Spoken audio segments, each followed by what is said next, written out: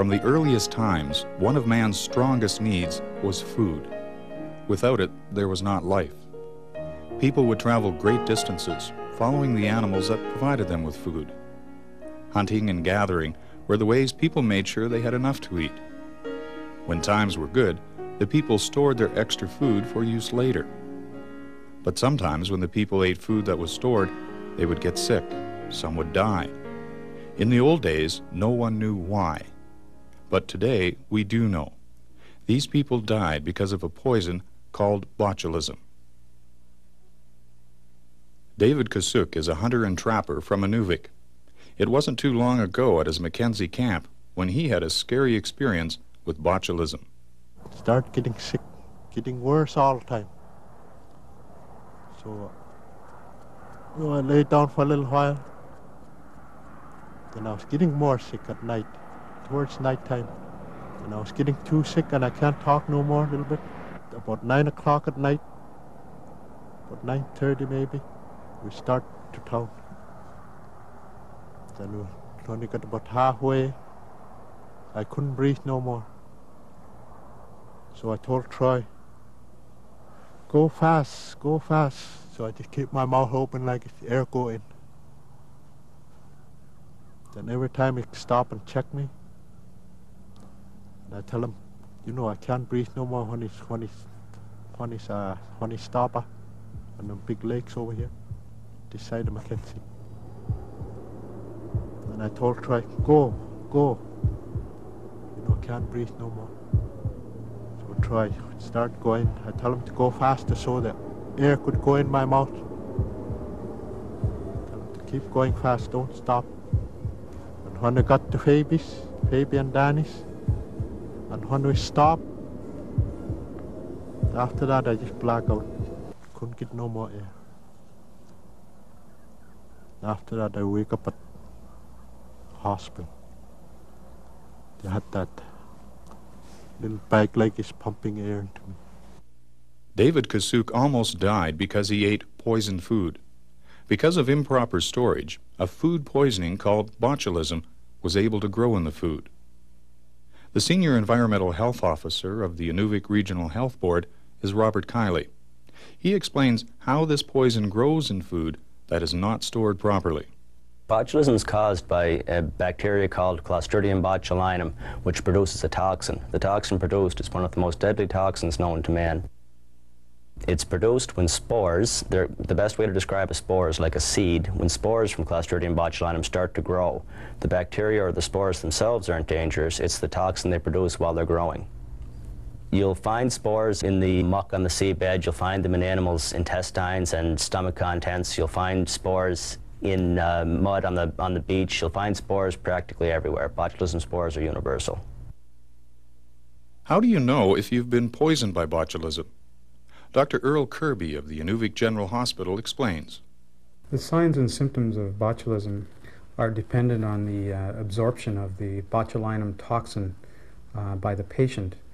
The toxin is ingested in the food that the person eats, and it goes into the gastrointestinal tract, is absorbed into the blood, and then it has its effects by preventing the transmission of nerve impulses from the nerves to the muscles, and this causes a type of paralysis.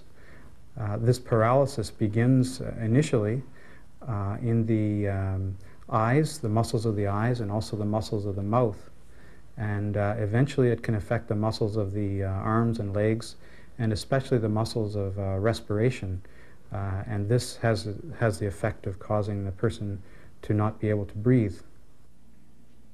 Medical care is the only treatment that will stop the toxin from causing advanced symptoms in the patient. It's important to understand that home remedies will not cure this type of food poisoning. If someone suspects they have botulinum poisoning, the most important thing that they can do is get to the nursing station or the hospital as quickly as they can, because the most important factor in treating this disease is to get the antitoxin into the patient as rapidly as possible before the poison has a chance to affect the person's nerves and muscles. Much of the food in the north is still prepared traditionally, on the land. But the botulism spores also exist everywhere. So how can traditional food be prepared and stored so this poison does not grow? There are two major preventive measures for preventing botulism. If either one is done correctly, botulism spores can't grow and can't produce the toxin. The first and most important tends to be temperature control. If the product is stored at 3 degrees Celsius or lower, 37 degrees Fahrenheit or lower, botulism spores can't grow and can't produce the toxin. The second preventative measure is not allowing an anaerobic environment. In other words, allowing air into the product. This can be accomplished in a number of ways. First of all, don't store your sea mammal products in green garbage bags. Don't store them in sealed plastic containers where air can't get at them. If a product is stored in oil, stir it frequently. Remember, the spores themselves aren't harmful, but it's the toxins they produce. In earlier times, elders taught the people how to store and handle their food properly. This was before metal and plastic containers were used.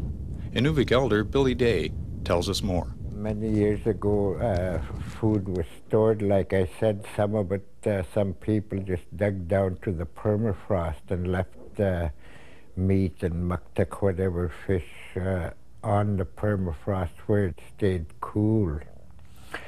Some people dug holes way down into the permafrost where meats and things like that, fresh meat, would stay frozen. And for traveling many years ago, for containers, they used whale stomachs. They would take the whale stomach out and clean it. And on a large whale, the stomach is quite big, and they would use the stomach to put muktak, sometimes the raw muktak. They would put dry fish, dry meat and stuff into it, and then they would fill this up with oil to preserve it. And these things they used, these kinds of containers they used for when they were going to travel. When traditional foods are prepared for storage, it's very important to understand what botulism is and how to prevent it. It's a deadly poison that grows in food not stored properly. These are some of the kinds of foods botulism comes from. Home canned meats and vegetables, vacuum-packed smoked or barbecued fish, whale, seal, or walrus stored in oil or airtight containers, and fermented fish eggs.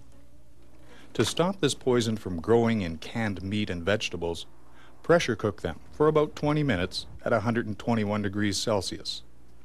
Keep vacuum-packed fish frozen. Open the package when you start to thaw it. Store whale, seal, and walrus in a very cool place. The temperature should never be warmer than 3 degrees Celsius. Put it in a bowl or bucket with a clean cloth on top. This will allow air to get in. If you put these meats into oil, stir it a lot and keep it at cool temperatures. You can't tell if the food has botulism. You can't see it, taste it, or smell it. If you eat food that has botulism, you'll likely get sick in about a day. Your mouth and throat will ache. You'll feel weak and dizzy. Breathing will be difficult. And if you don't get medical treatment, you will stop breathing. The first thing to do is to see a nurse or doctor right away. The antitoxin is the only known cure for botulism poisoning.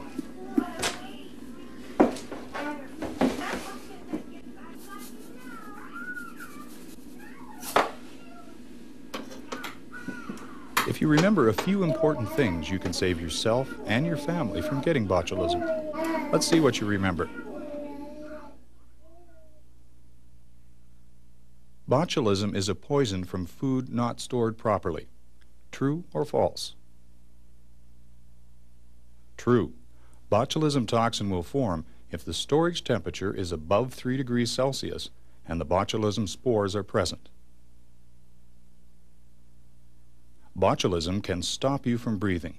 True or false? True. The advanced stages of botulism poisoning will cause you to have a hard time breathing and will eventually cause your lungs to stop working. Botulism poisoning comes from caribou meat. True or false? False.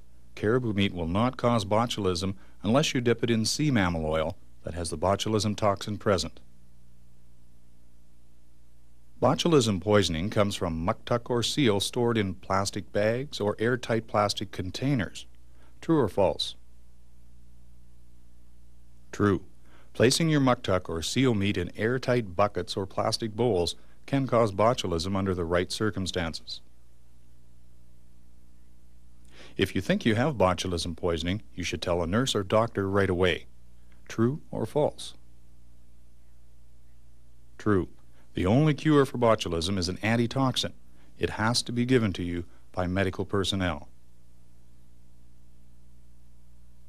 You can tell if food has botulism by looking at it, tasting it, or smelling it. True or false? False.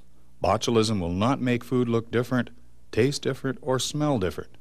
That's why it's so important to prepare and store your food properly. Botulism can be cured. True or false? True. Botulism can only be cured with the antitoxin, but in some cases, if the treatment comes too late, it can cause death. It's important to keep stored food very cool and to let air get at it. True or false? True. Properly preparing and storing your food is the only way to prevent botulism poisoning from forming in your food. Those are the facts about botulism. But as elders Charlie and Persis Gruben tell us, attitude is also important.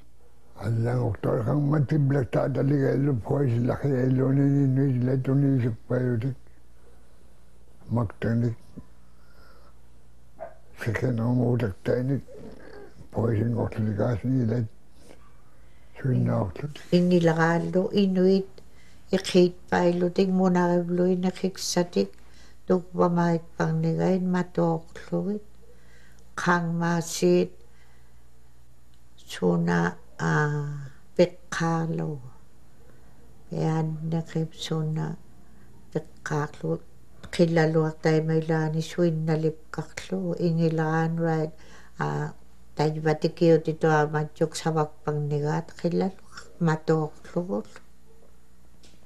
It's hoped that the insight and knowledge of the elders, in partnership with health professionals, will result in sound information regarding the prevention and handling of foods associated with botulism. Eating traditional foods is important, both culturally and nutritionally. To enjoy these foods to their fullest, proper preparation and storage is a must. The hard lessons, knowledge, and experience of our elders, from long ago to present day, should always be remembered and used. The techniques and principles used before the invention of plastic pails and bags still hold true and are very effective in the prevention of botulism. Looking to our elders for knowledge on how best to prepare and store foods is still very important. It's no coincidence that medical information of modern day reflects these same techniques and principles.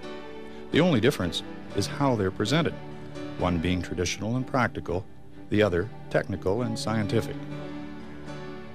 Remember, use this information wisely. You are the elders of the future.